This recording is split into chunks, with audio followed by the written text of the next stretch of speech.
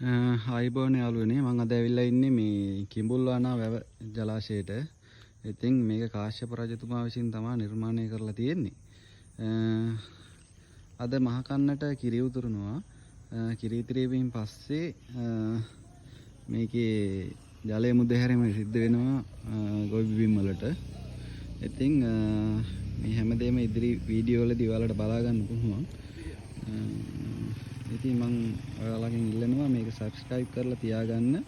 ඒ වගේම subscribe කරලා ඔයාලා මට කමෙන්ට් එකක් දාන්න. මට එතකොට ඔයාලගේ ඒවත් subscribe කරන්න පුළුවන්.